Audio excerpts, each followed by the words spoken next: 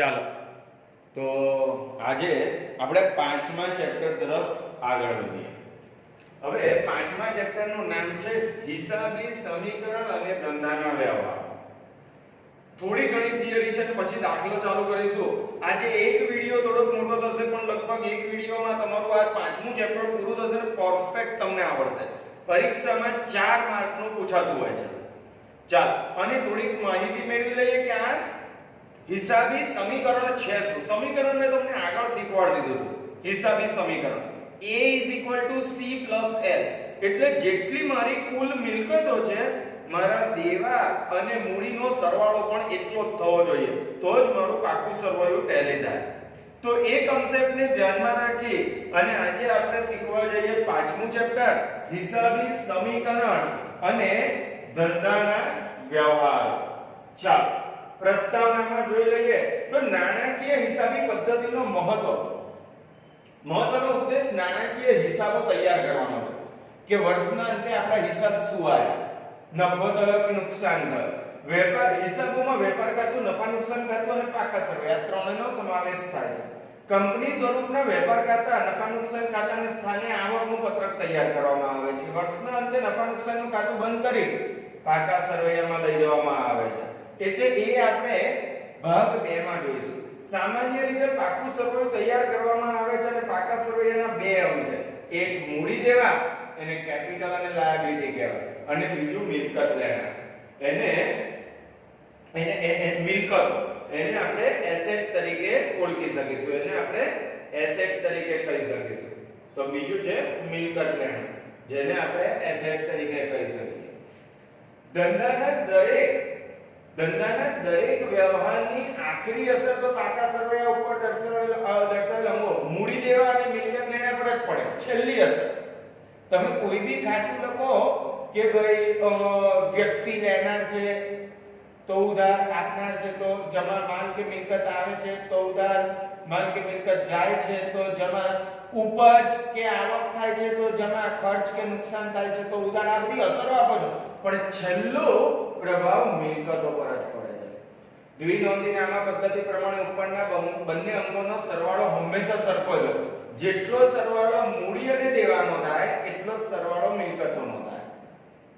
હિસાબી પદ્ધતિની ભાષામાં આ અંગે મૂડી દેવા બાજુ અને મિલકત લેણા બાજુ તરીકે ઓળખવામાં આવે છે. સમીકરણ આવ્યું મિલકતો એટલે મિલકતો બરાબર મૂડી વત્તા દેવું. એનો મતલબ asset is equal to capital plus liability. એટલે ટૂંકમાં કહીએ તો A is equal to C plus L. C એટલે કેપિટલ, L એટલે લાયબિલિટી અને A એટલે એસેટ. આ હિસાબી વ્યવહારોને રજૂ કરવામાં અમેરિકન પદ્ધતિ છે. આધુનિક અભિગમ રચનેલો છે. પ્રણાલીગત અભિગમમાં વ્યક્તિના ખાતા, માલ મિલકતના અને ઉપજ ખાતાના નિયમો જે મેં હમણાં તમને કહ્યું તે આ અભિગમના ઉપરના નિયમને આધારે નોંધથી શરૂ કરીને છેલ્લે નાણાકીય હિસાબ તૈયાર કરવાનો, જેમાં છેલ્લે પાકું સરવૈયું તૈયાર કરવામાં આવે. હિસાબી સમીકરણના વ્યવહારની સીધી અસર પાકા સરવૈયામાં થાય છે. હિસાબી સમીકરણ અને વ્યવહાર તો સમીકરણના અભિગમમાં વ્યવહારની અસર સીધી મિલકતો અને મૂડી દેવા પર જ પડે છે. અગાઉના ખાતાના પ્રકાર, નિયમ આપણે બધું આમનોંધ પણ કેવી રીતે લખાય એની પણ જાણકારી મેળવી લીધી. હવે એ જ નિયમોને ધ્યાનમાં રાખી અને સમીકરણની પદ્ધતિ આપણે અહીંયા જોવાની છે. સમીકરણની પદ્ધતિનો અમલ વખતે ધંધાના વ્યવહારોને નીચે પ્રમાણે વર્ગીકરણ કરવામાં આવે છે. અહીંયા આ વ્યવહારો છે માલને લગતા વ્યવહારો. તો જો ખરીદીને, વેચાણને, વેચાણ પરત, ખરીદ પરતને અન્ય રીતે ગયેલ માલ જેને આપણે ખરીદી લખીએ છીએ. ઉપજ ખર્ચના વ્યવહાર તો ઉપજમાં મળેલ ભાડું, મળેલ કમિશન, ડિવિડન્ડ વગેરેનો સમાવેશ થાય છે. ખર્ચાઓમાં પગાર, મજૂરી, જાહેરાત ખર્ચ, વહીવટી ખર્ચનો સમાવેશ થાય. મિલકતોની ખરીદી વેચાણના વ્યવહારો આવે. નાણાંના ઉછીના લેવાના વ્યવહારો આવે. એને દેવું કહેવાય. નાણાં જે ઉછીના લેવાય ને આપણે કોકની પાસેથી ઉછીના પૈસા લઈએ તો એને દેવા તરીકે ઓળખવામાં આવે. ઉપરના વ્યવહારો C પ્લસ L નીચે મુજબના વ્યવહારો થાય છે. જો કાં તો શું થાય, કાં તો ફક્ત A એટલે મિલકતમાં જ વધારો અથવા ઘટાડો થાય, નહીં તો શું થાય, મિલકતમાં વધારો થાય તો આ બાજુ મૂડી અથવા દેવામાં પણ વધારો થવો જોઈએ. મિલકતમાં ઘટાડો થાય તો મૂડી અને દેવામાં પણ ઘટાડો થવો જોઈએ. અથવા મૂડીમાં વધારો થાય તો દેવામાં પણ વધારો. મૂડીમાં વધારો થાય તો દેવામાં ઘટાડો. જો આ જે છે બરાબરની આ બાજુ આવે તો માઈનસ. અહીંયા ધારો કે 2 લાખ હોય તો આ બંનેનું ટોટલ બી 1.5 લાખ હોવું જોઈએ. એટલે અહીંયા જો 50,000 વધ્યા તો આ બેમાંથી કોઈ જગ્યાએ 50,000 વધવા જોઈએ. હવે અહીંયા 50,000 વધ્યા ને અહીંયા કોઈ અસર જ નથી આવતી તો અહીંયા 50,000 વધે અને આ બાજુ 50,000 ઘટે એટલે સરવાળો તો સરખો જ થયો. એવું જ અહીંયા C માં વધારો થાય તો L માં ઘટાડો થાય, L માં વધારો થાય તો C માં ઘટાડો થાય. તો ઓવરઓલ તો ટોટલ એનું એ જ રહ્યું. આ તો શું થયું, મારી ડાબી બાજુના ખિસ્સામાં 50 રૂપિયા છે, જમણી બાજુના ખિસ્સામાં 50 રૂપિયા છે. એટલે મારી પાસે ટોટલ 100 રૂપિયા છે. હવે ડાબી બાજુના ખિસ્સામાંથી કાઢીને જમણી બાજુના ખિસ્સામાં હું 50 ની નોટ મૂકું છું તો મારી પાસે કુલ કેટલા? તો મારી પાસે કુલ કેટલા? કે 50 ઓછા થોડી થાય, એ તો 100 ના 100 જ રહે. એ રીતનું જ અહીંયા જોવાનું. તો આ અત્યારે તો શું છે, તો આ તમારું સમીકરણ. આની થોડીક નાની અમથી થિયરી હતી. હવે આ થિયરી ને આપણે બાદ કરતા પ્રશ્નોના સીધા જ જવાબ આવ્યા. એનો મતલબ કે હવે આપણે સ્વાધ્યાયના દાખલા તરફ જઈએ. હવે સ્વાધ્યાયના દાખલા તરફ જઈએ અને એ દાખલાને આપણે ધ્યાનથી શીખીએ કે કઈ રીતે કરવાનો. જો હું આખો દાખલો તમારી સામે અત્યારે અહીંયા દોરીને તૈયાર જ રાખેલું છે, તમારી સામે આખો દાખલો હું ગણવા જઈ રહ્યો છું. તમે ધ્યાનથી જોઈ લેજો. જોઈએ અહીંયા દાખલા નંબર 2 આપેલો છે. દાખલા નંબર 2 આપેલો છે. તો પહેલા નીચેના વ્યવહારોની નોંધ લખો અને સમીકરણ આધારિત હિસાબી અસર સમજાવો. તો શ્રી કશું નથી આપ્યું, ખાલી જગ્યાના ચોપડે નોંધ અને સમીકરણ. જો પહેલા ક્રમ, પછી વ્યવહાર એટલે અહીંયા આપણે વિગત નોંધ લખવાની, પછી ઉધાર રકમ, જમા રકમ. જો મિલકતની અસર થતું હોય તો મિલકતમાં, મૂડીની અસર થતું હોય તો મૂડીમાં, અને પછી બંનેનું ટોટલ. બંનેનું જે ટોટલ આવે આનું અને આ બંનેનું ટોટલ એ સરખું જ આવશે, હંમેશા સરખું જ આવશે. જોઈએ સૌથી પહેલા 80,000 લાવી ધંધો શરૂ કર્યો. પહેલો વ્યવહાર છે 80,000 લાવી ધંધો શરૂ કર્યો. તો શું નોંધ આવશે? તો રોકડ ખાતે ઉધાર અને ધંધો શરૂ કર્યો એટલે તે મૂડી ખાતે. કેટલા છે? 80,000 અને 80,000. ચાલ રોકડ આવી એટલે મિલકત કહેવાય. તો મિલકતમાં લખી દઈએ રોકડ 80,000 અને આ મૂડી આવી તો અહીં મૂડીમાં લખી દઈએ મૂડી 80,000. તો હવે જો આનું ટોટલ અહીંયા વ્યવહાર પૂરો થયો. આ દેવા મળે છે. આનું ટોટલ કેટલું આવ્યું? આનું ટોટલ 80,000 અને આનું પણ 80,000 અને અહીંયા કશું નથી, જીરો. તો જો મિલકત લેના અને મૂડી દેવા બંને બાજુ ટોટલ સરખું આવ્યું. આ બાજુ પણ 80 અને આ બાજુ પણ 80. તો બસ આવું થવું જોઈએ. તમે આગળ જેટલા બી વ્યવહાર લખો એ ટોટલ સરખું આવશે. સરખું મીન્સ 80,000 જોઈએ એવું નહીં. અહીંયા 1 લાખ આવે તો અહીંયા પણ 1 લાખ થવું જોઈએ. જો બીજો એક વ્યવહાર કરો, 20,000 બેંકમાં ભરી ખાતું ખોલાવ્યું. બીજો 20,000 બેંકમાં ભરી ખાતું ખોલાવ્યું. બેંક શિલ્લક વધી તો બેંક ખાતે ઉધાર 20,000 અને રોકડ ગયા તો તે રોકડ ખાતે 20,000. હવે થાય છે શું? જો રોકડ મારી પાસે કેટલી હતી? 80,000 હતી. એ 80,000 માંથી મેં 20,000 બેંકમાં ભરી દીધા એટલે એમાં ઘટાડો થયો 20,000 નો. તો હવે રોકડ કેટલી રહી? 60,000. અને બેંક શિલ્લક એ પણ મારી મિલકત જ કહેવાય. તો બેંક એ હવે મારી કેટલી છે? 20,000. એનો મતલબ એવું થયો કે આનો ટોટલ 80 અને અહીંયા પણ મૂડી બાજુ તો 80 છે અને દેવામાં 0. તો આ બંને બાજુનું ટોટલ કેવું થઈ ગયું? બસ આ રીતે તમારે દાખલો ગણવાનો છે.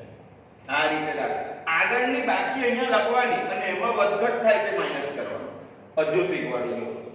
10,000 હિમાની પાસેથી માલની ઉધાર ખરીદી કરી તો ખરીદ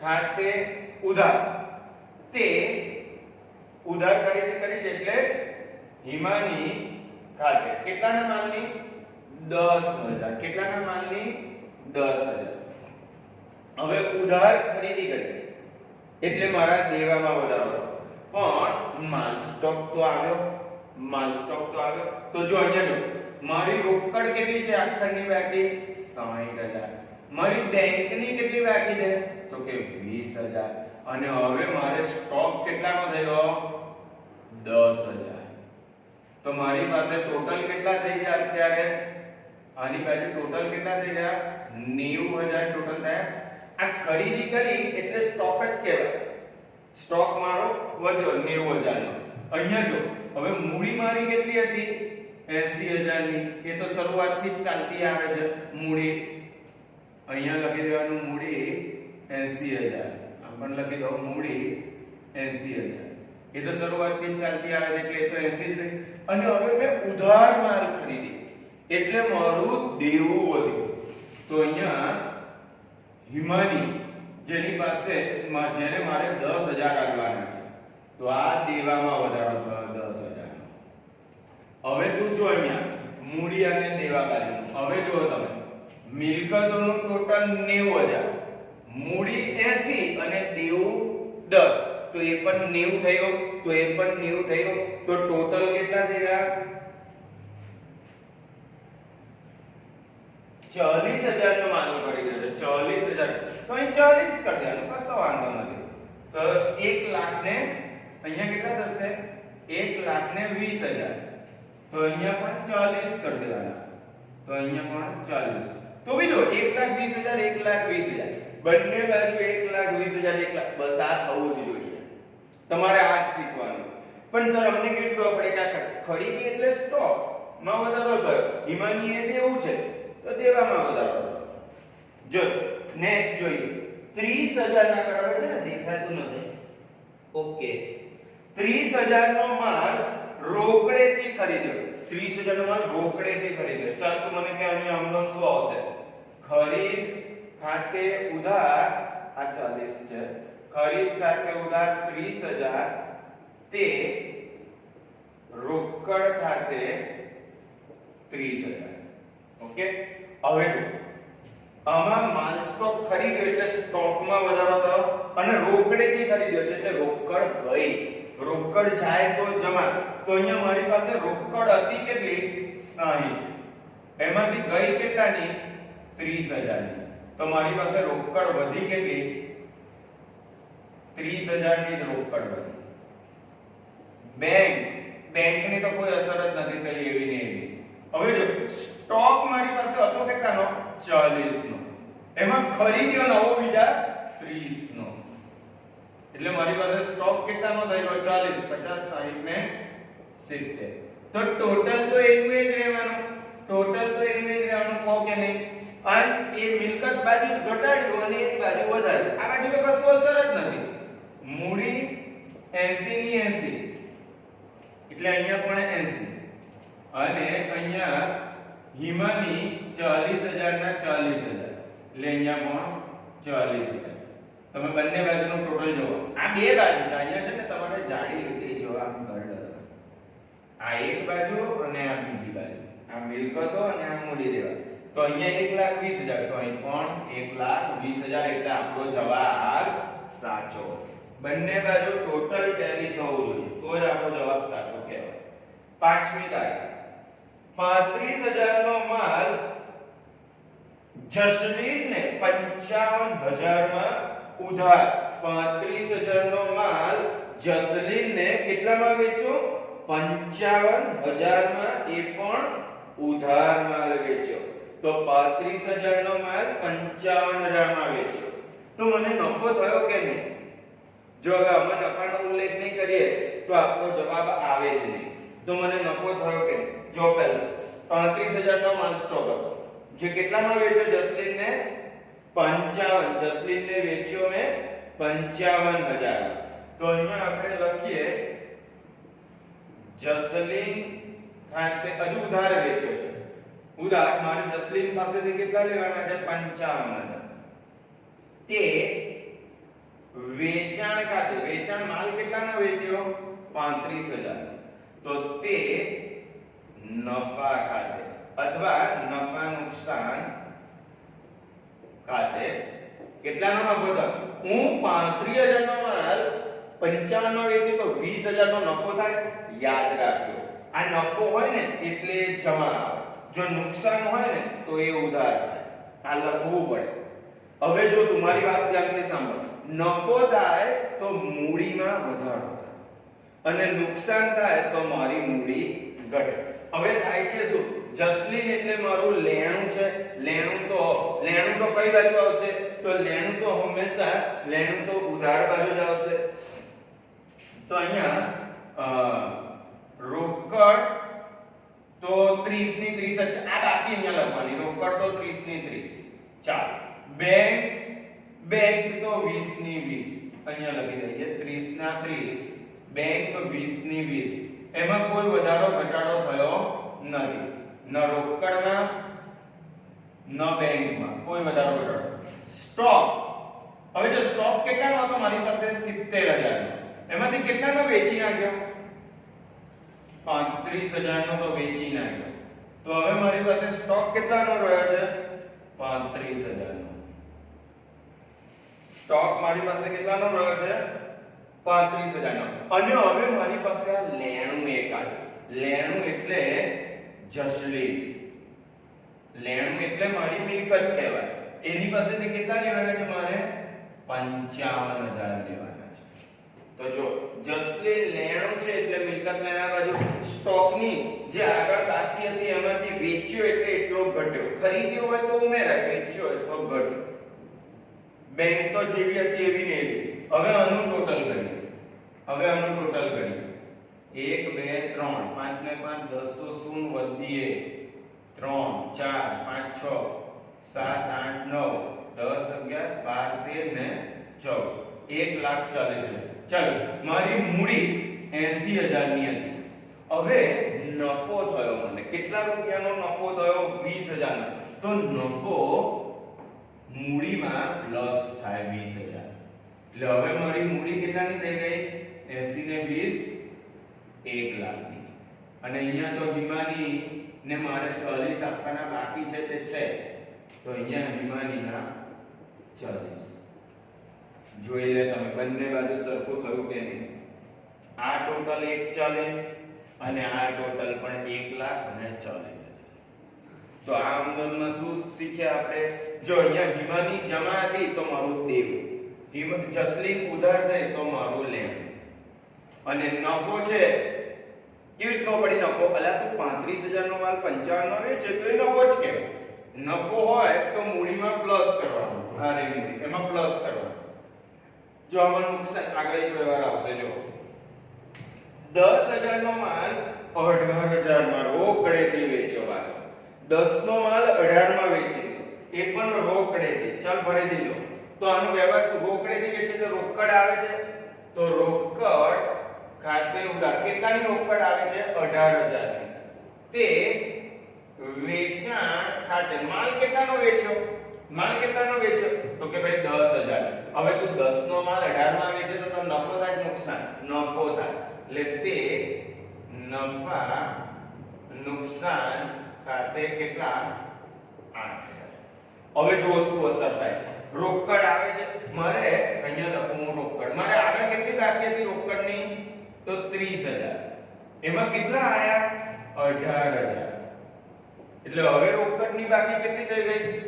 48,000. કેટલી બાકી થઈ ગઈ? 48,000. બેંક, આ તો એવું ને એવું જ લખવાનું હોય. બેંક એમાં તો કોઈ અસર નથી થતી એટલે 20 ના 20. સ્ટોક કેટલાનો હતો? આ બાકી લખવાની. 35,000 નો હતો. એમાંથી કેટલાનો વેચી દીધો? 10,000 નો વેચી દીધો. તો વચ્ચા કેટલા? 35 માંથી 10 જાય તો 25,000. જસલીન હજુ તો એને આપ્યા જ નથી આપણાને. તો જસલીનના 55 એવા ને એવા. હવે આનું ટોટલ કરી જોઈએ આપણે.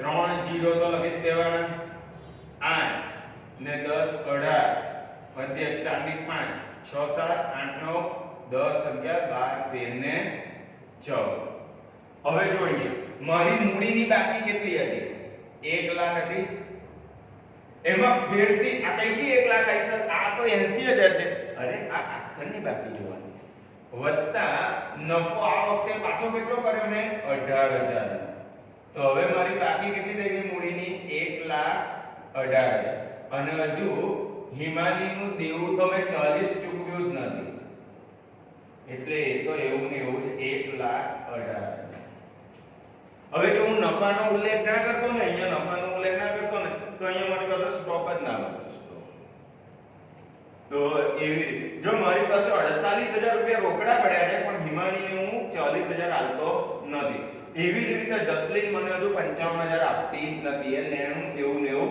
ઉભેલું જ છે એ લેણું એવું ને એવું જ ઉભેલું છે તો આ આખરની બાકી આવી ગઈ આ આપણાને આખરની બાકી આવી ગઈ કે 1 લાખ આ 40000 છે ને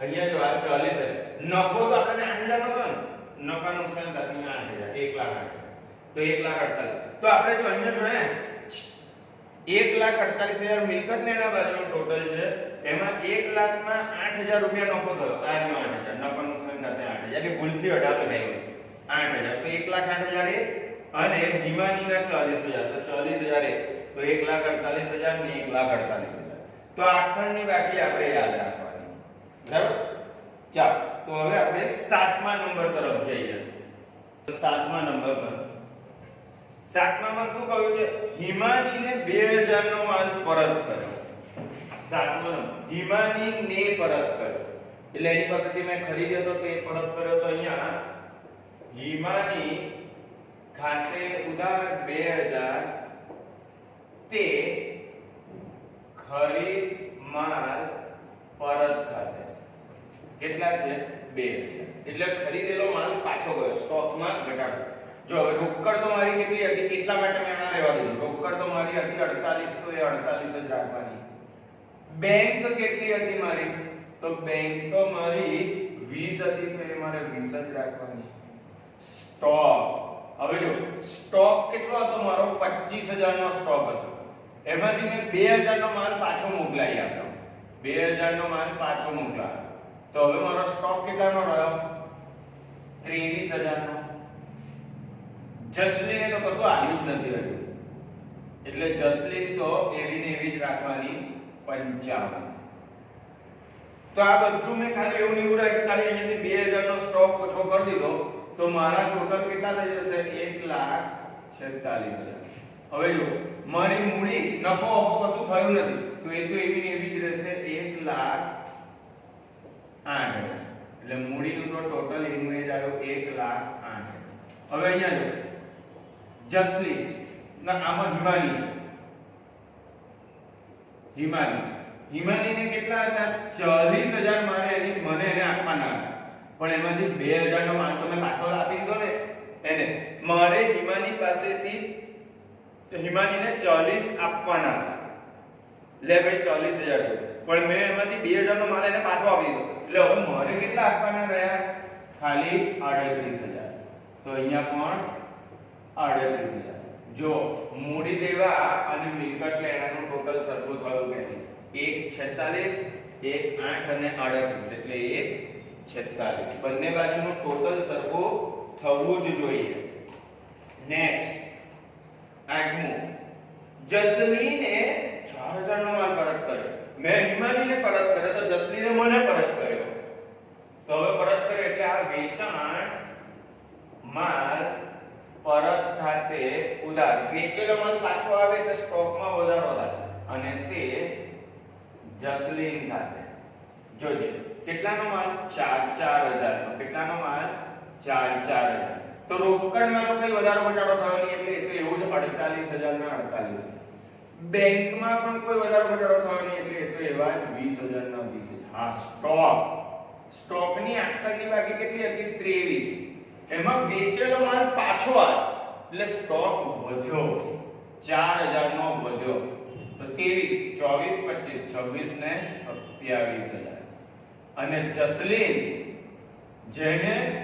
જેની પાસેથી મારે 55 લેવાના હતા પણ હવે એને મને 4 પાછા આપી દીધા એટલે 4000 ઘટ્યા તો અહીંયા 51 તો આ શું થયું મિલકત બાજુ જ વધારવાની એટલી જ રકમનો મિલકતમાં ઘટાડ એટલે ટોટલ કેટલું થઈ ગયું 1,46,000 નું 1 લાખ આ તો પેલો ડાબી બાજુના ખિસ્સામાંથી 50 રૂપિયા કાઢીને જમણી બાજુ મૂકી દીધા તો મારી પાસે કુલ કેટલા એટલે એ તો 100 ને 100 જ રહે ને એવું અને અહીંયા મૂડીમાં તો કઈ વધારો ઘટાડો થયો નથી એટલે 1,08,000 એના અહીંયા લખી દેવાના 1,08,000 અને હિમાનીમાં પણ કઈ વધારો ઘટાડો 38 એને આપવાના છે એટલે આપવાના બાકીના બાકી બંને બાજુનું ટોટલ કરો 1,46,1,46 એકદમ સહેલો છે જો તમે પ્રયત્ન કરો ને તમને પણ આવડી જશે આ સર્વ હવે શું કરવાનું ખાલી આ બાકીઓ ખેંચ કરવાની છે અને આ ટોટલ સરખું રાખવાનું ચાલો 9મી તારીખ આવી ગયા હિમાની અને જસલીન સાથે હિસાબની પટાવટ કરી હિમાની અને જસલીન સાથે હિસાબની પટાવટ કરી એટલે મારે હિમાનીને 38 આપવાના હતા મેં આપી દીધા મારે જસલીન પાસેથી 51 લેવાના હતા મેં લઈ લીધા જો સૌથી પહેલી વ્યવહાર લખીએ 9માનો આપણે લઈ લઈએ પહેલા ને પૈસા આપવાના નહીં હંમેશા પહેલા લેવાના જેના પાસે લેવાનું એ પહેલા લઈ લેવાનું અને પછી આપવા વાળાને તો આપણે બહુ ચિંતા નથી તો પહેલા જસલીન પાસેથી લઈ લઈએ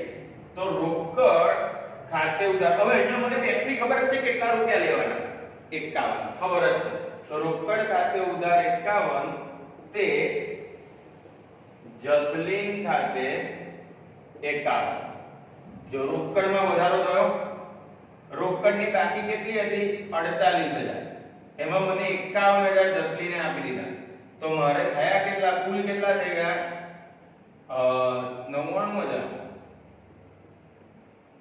89599 બેંક તો ભાઈ હાલતી જ નથી 20 ની 20 જ રહે છે સ્ટોક આમાં કોઈ વધારો ઘટાડો થયો નથી એટલે 27 નો 27 અને હવે જસલીન રહી જ નથી જસલીને આપવાના હતા 51 મને જસલીન પાસેથી 51 લેવાના હતા જસલીને 51 આપી દીધા તો હવે અહીંયા 0 તો આ તો એવું જ અહીંયા 51 નો વધારો થયો અને અહીંયા 51 માં ઘટાડો તો ટોટલ તો કેવું રહ્યું 1,46,000 એવું ને એવું મૂડી 1,08,000 એ જ ટોટલ અહીંયા 1,08,000 હિમાની હજુ આપણે હવે આપીશું હિમાની 38000 એક ટોટલ 38 હું હિમાનીની આખી વર્કિંગ જ અલગ કરું છું એટલે સેમ થઈ ગયો હવે મારી પાસે રોકડા આવી ગયા હવે હું હિમાનીને પૈસા આપીશ આનું હવે જરૂર નથી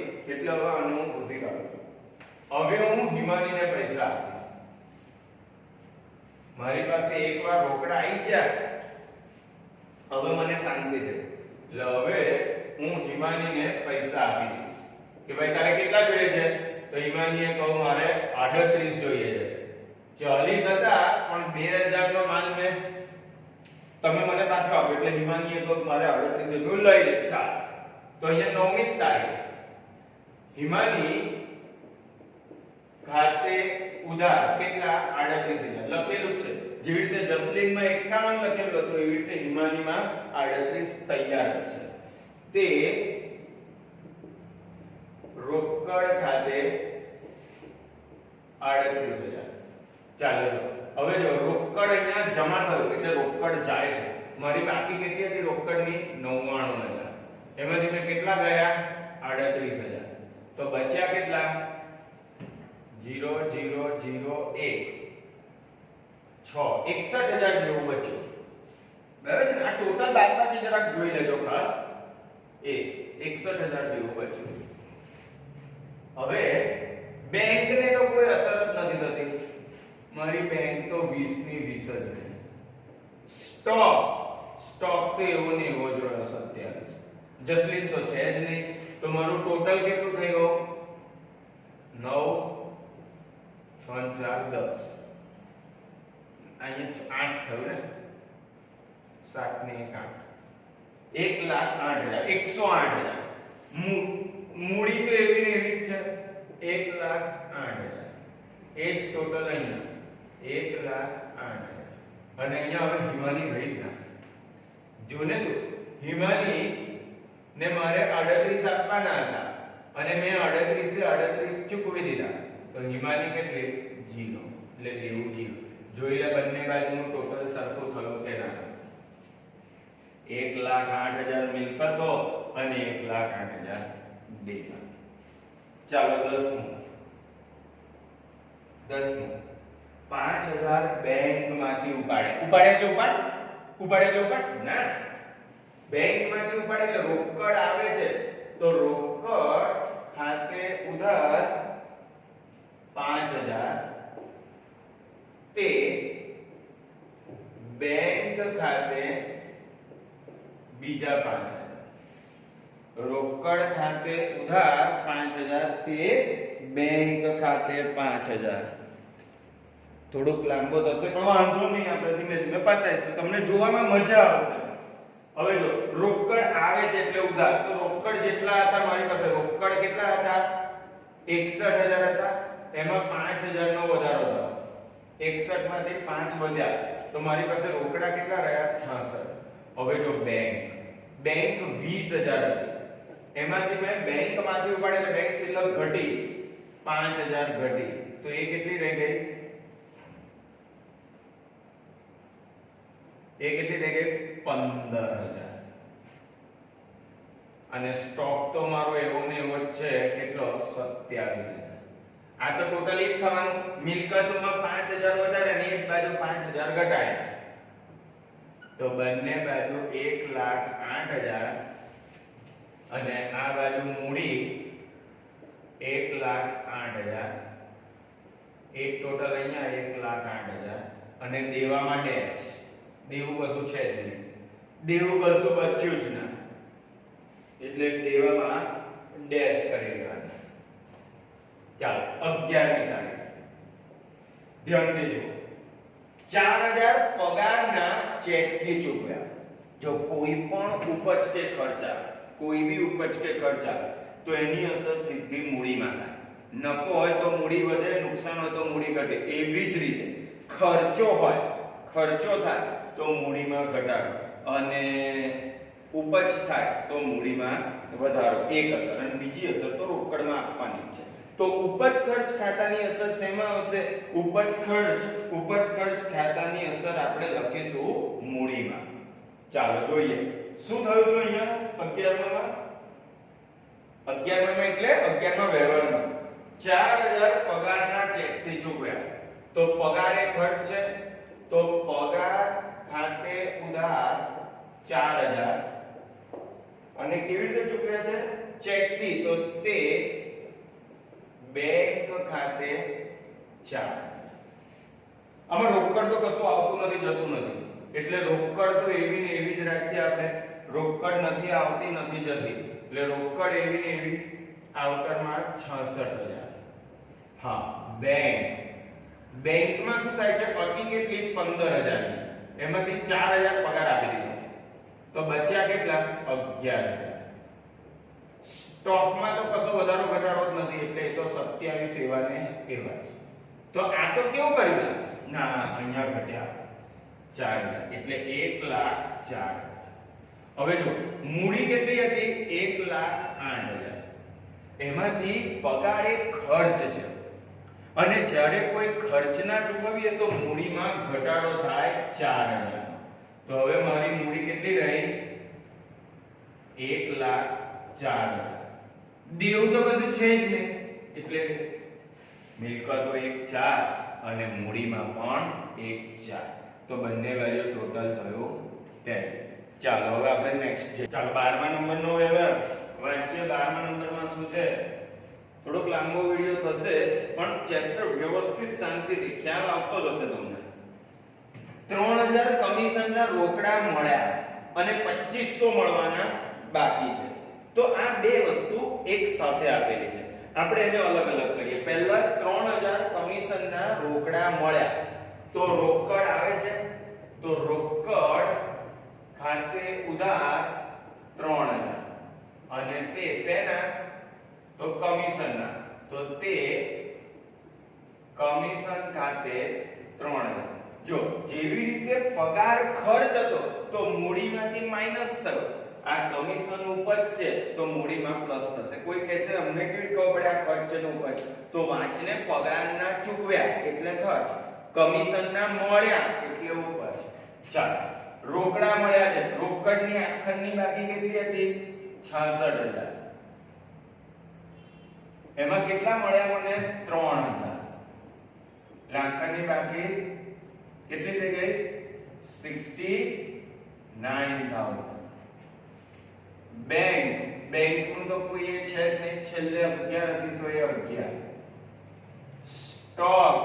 સ્ટોકમાં તો કોઈ વધારો ઘટાડો છે નહીં 27 હતી તો 27 એટલે ટોટલ એક 4 હતું 1 લાખ હવે કેટલું થઈ જશે 7 મૂડી આખરની કેટલી હતી મૂડી 1,04,000 એમાં કમિશનના મળ્યા એટલે વધારો થયો 3000 તો અહીંયા કેટલા થઈ ગયા મૂડીના 1,07,000 અને દેવું તો કશું હતું બંને બાજુનું ટોટલ જો એક સરખો થઈ ગયો 12મા માર્ચ 2500 મળવાના બાકી છે મળવાના બાકી છે ને ચૂકવવાના બાકી મળવાના બાકી એટલે મારું લેણ તો ઉધાર મળવાના બાકી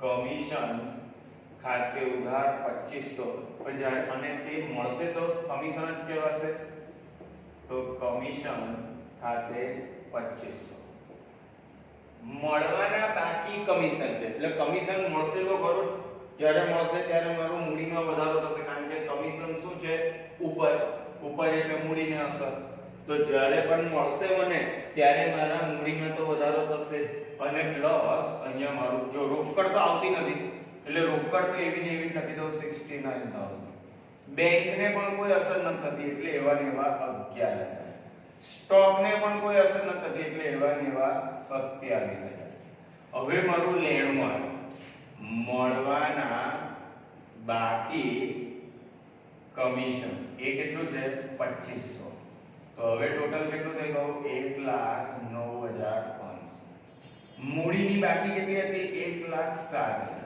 મળવાનું બાકી છેલ્લે આ તો છે તો કમિશન જ કમિશનમાં તો વધારો થાય અહીંયા દેવું એ છે એટલે 2500 રૂપિયા આમાં વધારો તો આ પણ કેટલી થઈ ગઈ 1,09,500 અને દેવું તો છે બંને બાજુનું ટોટલ જોવો તમે એક સરખો 13મી તારીખ સેમ આવું પણ 4000 નું ભાડું ચૂકવ્યું અને 1500 ચૂકવવાના બાકી છે સેમ આવું જ બીજું બે 13મી 4000 ભાડું ચૂકવ્યું એટલે ખર્ચ તો ભાડા ખાતે ઉધાર 4000 છે ને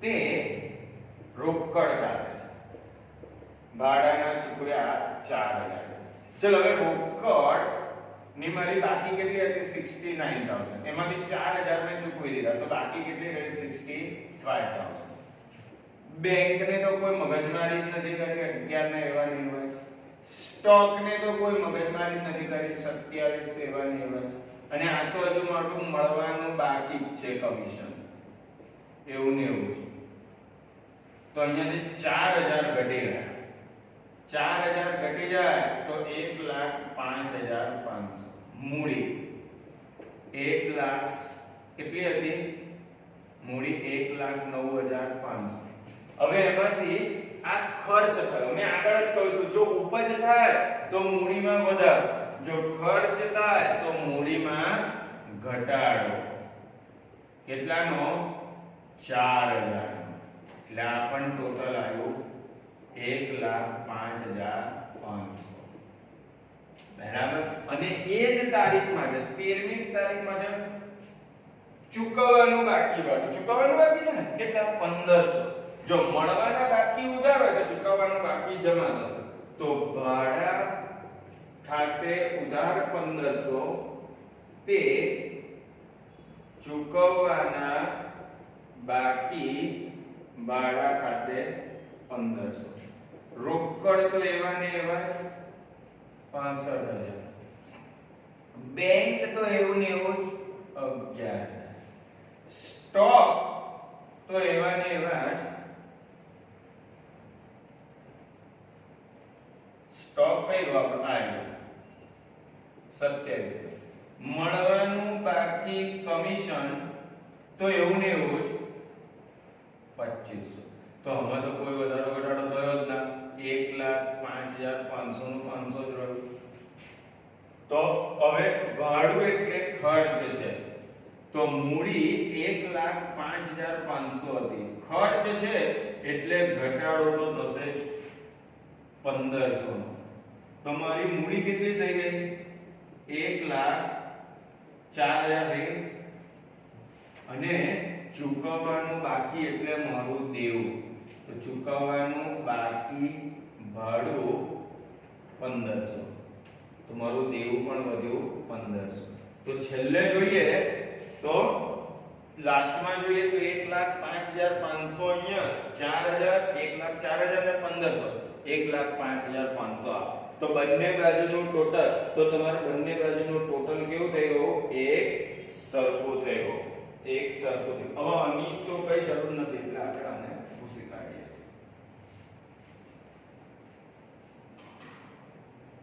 ચાલો 14 2000 નો માલ ધર્મદામાં આપ્યો, 2000 નો માલ ધર્મદામાં આપ્યો. તો ધર્મદા ખર્ચ છે, તો ધર્મદા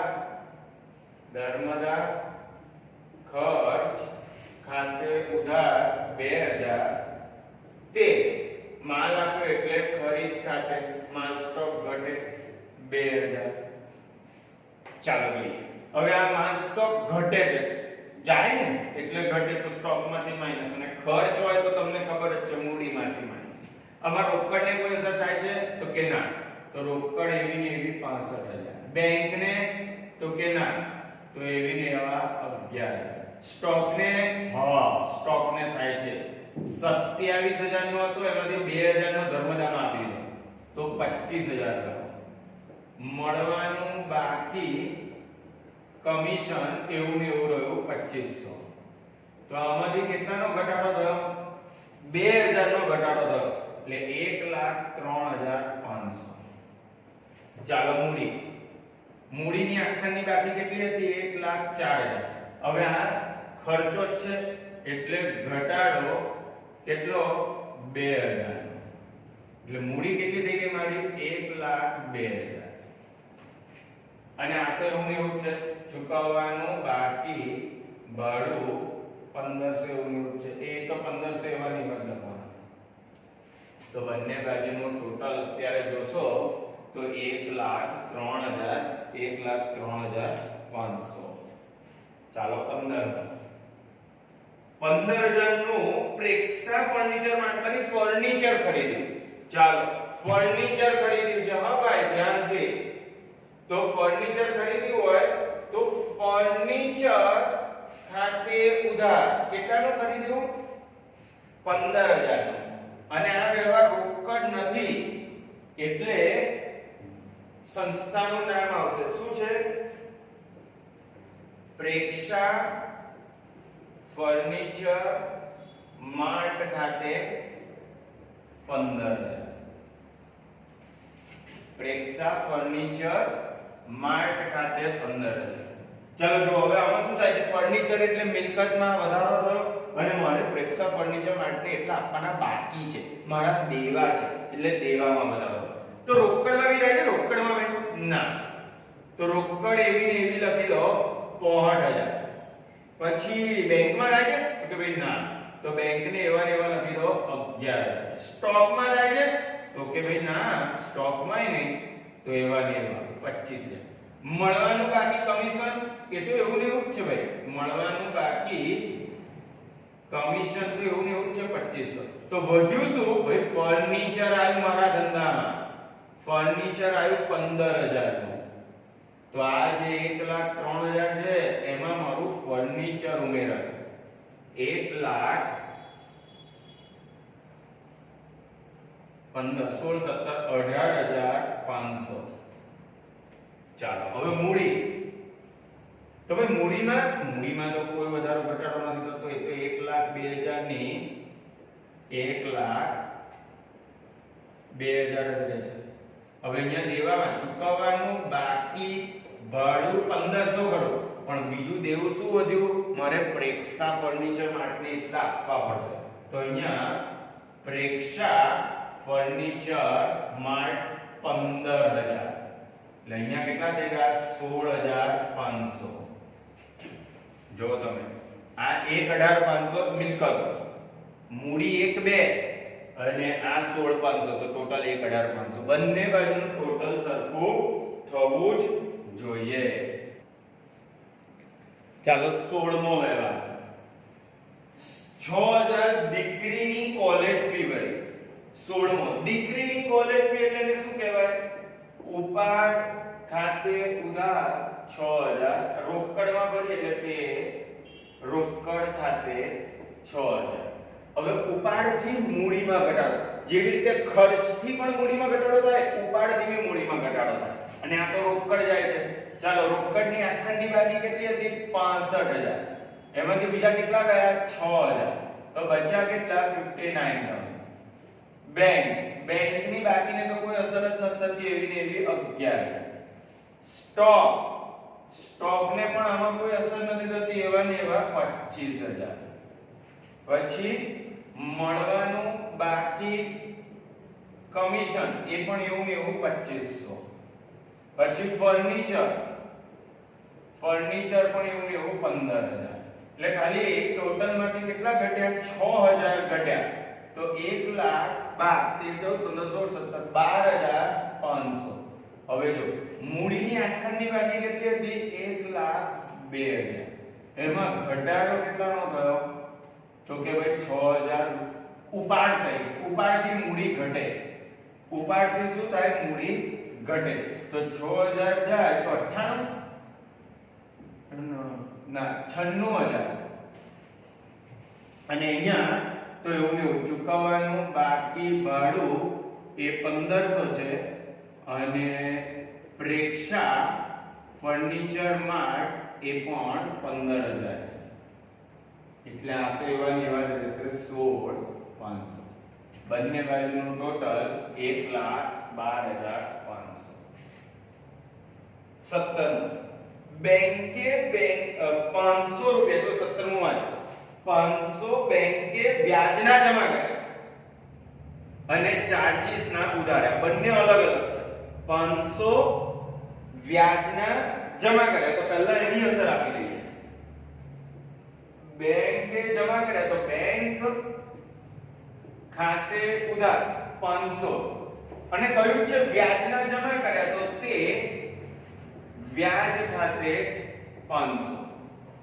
વ્યાજ મારી ઉપજ છે, ઉપજથી મૂડીમાં વધારો થાય અને બેંક શિલ્લક વધે છે. ચાલ તો રોકડ એવું ને એવું 59,000. અને આની જોડે પેલી આમનોમ બી લખી દેવી હોય તો લખી દેવાય. કઈ? ચાર્જીસ ના 200 ઉધાર્યા. જો હવે તને શીખવાડું. ચાર્જીસ ના 200 ઉધાર્યા, તો બેંક ચાર્જીસ ખાતે ઉધાર 200, તે બેંક ખાતે 200. જો આની બંનેની ભેગી આમનામ લખવી હોય તો કેવી રીતે લખાય? સાંભળો. બેંક ઉધાર 500 થી થયું છે અને જમા 200 થી થયું છે. વધારે કઈ બાજુ છે? ઉધાર બાજુ 500 ને જમા બાજુ 200. તો વધારે ઉધાર બાજુ છે, તો એને ઉધાર કરી દેવાનું. બેંક ખાતે ઉધાર, પણ રકમ તફાવત નહીં, 300. કેમ ઉધાર કર્યું? કારણ કે ઉધાર બાજુ રકમ વધારે હતી, 300. બરાબર. હવે જો, હવે જે બાકીના જે થયા છે એ એમાં એવા જ રાખવાના. ચાર્જીસ ઉધાર કર્યું છે, તો અહીંયા ઉધાર કરી દેવાનું. બેંક ચાર્જીસ ખાતે ઉધાર કેટલા છે? બેંક ચાર્જીસ ખાતે ઉધાર 200, તો 200. અને આ જમા થયું છે, તો તે વ્યાજ ખાતે જમા 500. જો ઉધાર જમા ઓટોમેટિક થયો. કોઈ બી આમનું તમે લખી શકો. આમાં શું કર્યું? ઉધાર 500 જમા 200, તો ઉધાર 300. પછી જે ઉધાર હતું એને ઉધાર, ને જમા હતું એને જમા. સંયુક્ત આમ. અને બે અલગ રીતે કરવું હોય તો તમે અલગ રીતે પણ કરી શકો.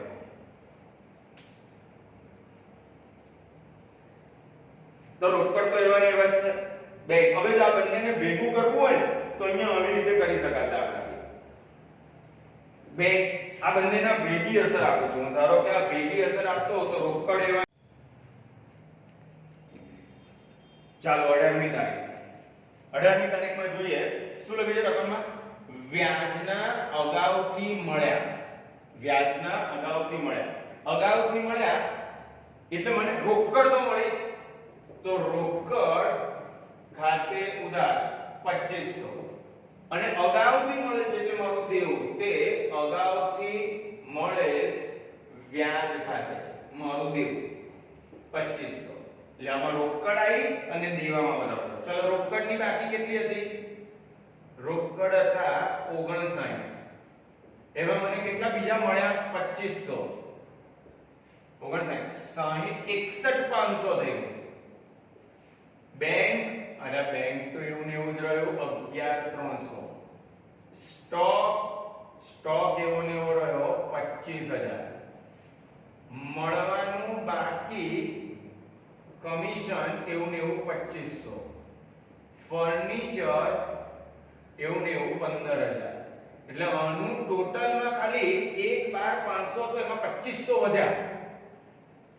એટલે 1,12,500 માં 2500 ઉમેરીએ તો 0 0 8 9 10 11 12 વધીએ 5 1,15,300 થયા. હવે અહીંયા મૂડી કેટલી હતી? 96,300. મૂડીમાં તો કોઈ વધારો ઘટાડો નથી. 96,300. દેવામાં વધારો ચોક્કસથી થયો. જો અહીંયા ચૂકવવાનું બાકી ભાડું એવું ને એવું 1500. પ્રેક્ષા ફર્નિચર માર્ટ એવું ને એવું 15000. અને હવે નવું આવ્યું અગાઉથી મળેલ વ્યાજ 2500. એટલે આમાં બીજા 2500 ઉમેરી દેવાના. 17 18 19000. બંને બાજુનું ટોટલ જોઈ લો. 1,15,300 1,15,300. તો એ બંનેનું ટોટલ થયું સર. ચાલો 19 છેલ્લું. જાહેરાત ખર્ચના 2000 અગાઉથી ચૂકવ્યા. મારું લેણું છે, લઈ શકે, પાછું લઈ શકે, લેણું છે. અગાઉથી ચૂકવેલ ખર્ચ ખાતે ઉધાર 2000 અને રોકડા તો ચૂકવી દીધા તો તે રોકડ ખાતે 2000. જો રોકડ શિલ્લક કેટલી હતી? 61,500. એમાંથી કેટલા ગયા? 2000. તો કેટલા ગયા? 59,500. 59 60 61 2. ચાલો બેંક તો એવું ને એવું જ 11,300. સ્ટોક તો એવો ને એવો જ 25,000. મળવાનું બાકી કમિશન તો એવું ને એવું જ 2500. ફર્નિચર તો એવું ને એવું જ 15,000. હવે આ જો અગાઉથી ચૂકવેલ ખર્ચ એટલે મારું લેણું છે. લેણું મિલકત ને આ બાજુ આવે. અહીંયા અગાઉથી ચૂકવેલ ખર્ચ કેટલો છે? 2000. તો આનું ટોટલ કેટલું? અરે 2000 અહીંયા ઘટાડ્યા અને 2000 અહીંયા લખ્યા તો ટોટલ તો એનું એ જ આવ્યું 1,15,300. આમાં તો કશું થયું જ નથી. મૂડી એવી ને એવી જ રહી 96,300. એક ટોટલ અહીં લખી દીધું 96,300. આવી સેમ જ ચૂકવવાનું બાકી લખવું પડે પણ ભાડું 1500. પ્રેક્ષા ફર્નિચર માર્ટ 15,000. અગાઉથી મળેલ વ્યાજ 2500. તો ટોટલ એવું ને એવું 19,000. બંને બાજુનું ટોટલ જો હતું આ અને આ બંનેનો સરવાળો એક સરખો થાય. અહીં તમારો દાખલો થયો. એક વિડિયો એમે છે ને આખો એક પિરિયડ નો હતો. 1 કલાક 1.5 કલાકનો મારો પિરિયડ હોય તો આ 1.5 કલાકમાં આપણે આ ચેપ્ટર પૂરું થાય. લગભગ 1.5 કલાક જેવું થયું તમને. પણ આનાથી તમને એકદમ પરફેક્ટ મગજમાં ઉતર્યું. 4 માર્કનું પરીક્ષામાં પૂછાય. એકની એક બાકી આગળ ખેંચતા જાઓ ને લખતા જાઓ, કોઈ વાંધો નહીં આવે. અને તેમ છતાં જો તમને વાંધો હોય તો તમે હજુ પણ કંઈક તકલીફ હોય તમને આમાં રહી હોય તો તમે પર્સનલમાં મેસેજ કરીને મને પૂછી શકો છો કે સર આ વ્યવહારમાં કે આમાં મને ખબર ના પડી, હું તમને શીખવાડી દઈશ. બાકી મને નથી લાગતું કે કોઈને કોઈ તકલીફ હોય. ઓકે, તો અહીંયા આ 5મું ચેપ્ટર પૂરું થયું. કશું હતું જ નહીં આમાં, બસ આટલું જ છે. થિયરી વિયરી પૂછાતી નથી. ઓકે, જય શ્રી કૃષ્ણ.